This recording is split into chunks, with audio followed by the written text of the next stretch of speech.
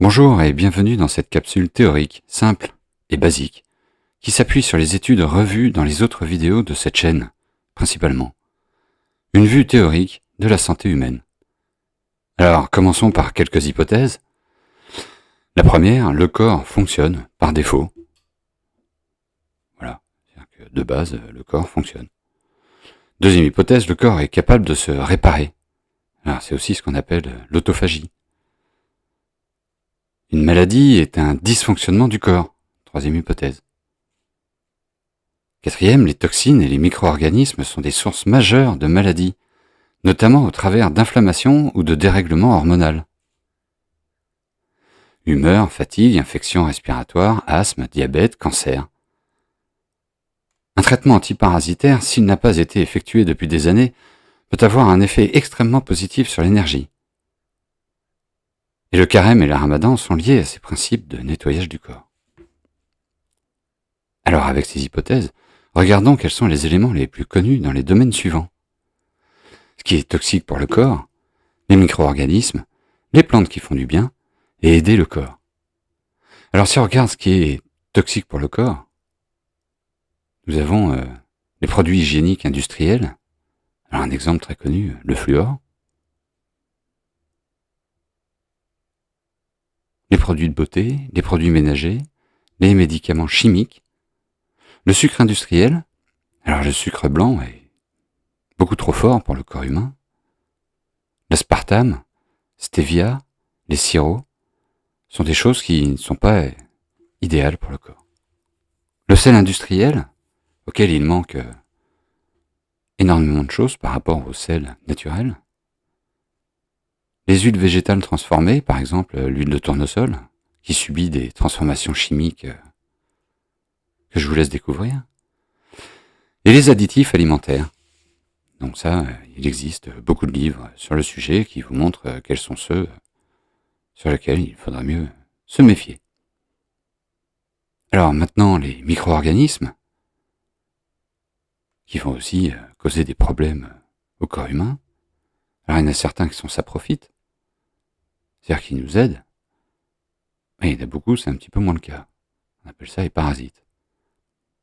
Alors on va citer les bactéries sans entrer dans le détail, et sinon on a les protozoaires, les micro-champignons, et aussi les helminthes, qui sont les vers intestinaux.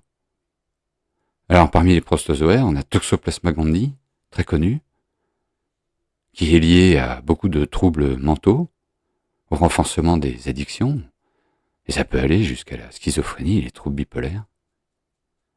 Du côté des micro-champignons, de très connus, on a Candida albicans et Aspergillus. Alors le premier est lié à une longue liste de pathologies, et notamment les problèmes de peau, mycoses de tout style, et aussi, comme Toxoplasma gondii, est suspecté de renforcer les addictions. Aspergillus, lui, est plutôt du côté des infections respiratoires, notamment l'asthme. Alors on peut se battre contre ces micro-organismes, et les meilleures molécules qui sont identifiées aujourd'hui par la science. Il y a d'abord, c'est du domaine des composés actifs comme les terpènes. Et alors, on va avoir le premier, le pinène, qui vient du pin, dont on tire la térébenthine. On va avoir le carvacrol, qui vient de l'origan, ou le thymol, qui vient du thym. Mais après, il y en a beaucoup d'autres qui font du bien. Et donc on a aussi cette partie, les plantes qui font du bien. On rajoute romarin, sauge, curcuma, gingembre, pissenlit, ortie, oignon, ail, clou de girofle. C'est une toute petite liste par rapport à tout ce qui existe dans la nature et dont les propriétés sont très intéressantes pour nous, notamment en termes de lutte contre ces micro-organismes. Et alors pour aider le corps à être en forme, donc en premier lieu, la nourriture pour avoir des intestins corrects. Parce que maintenant on commence à avoir beaucoup d'informations sur les liens entre la santé de l'intestin et la santé mentale, la santé de la peau, la santé du foie, la santé de la thyroïde. Et alors la science reconnaît des bienfaits du côté de la diète méditerranéenne. Alors il se trouve que cette diète inclut énormément de plantes, notamment le romarin, le thym, c'est très connu. Alors on a aussi le soleil, qui est très bon et qui permet au corps de créer de la vitamine D. On a aussi les douches froides.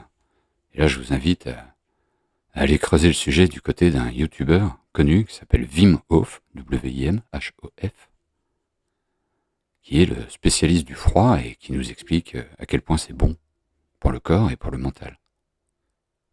On a aussi le grounding, ou mise à la terre, en français, c'est-à-dire se mettre pieds nus sur la terre, ce qui permet, d'après les scientifiques, d'avoir un équilibre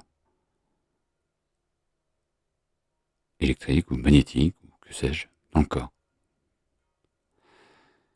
Et alors lié à ça, on a aussi les ions négatifs qui sont très bons, donc les promenades en forêt, avec un bonus, les terpènes qui viennent des arbres. On a les vagues de l'océan, on a la haute montagne, et la pluie aussi.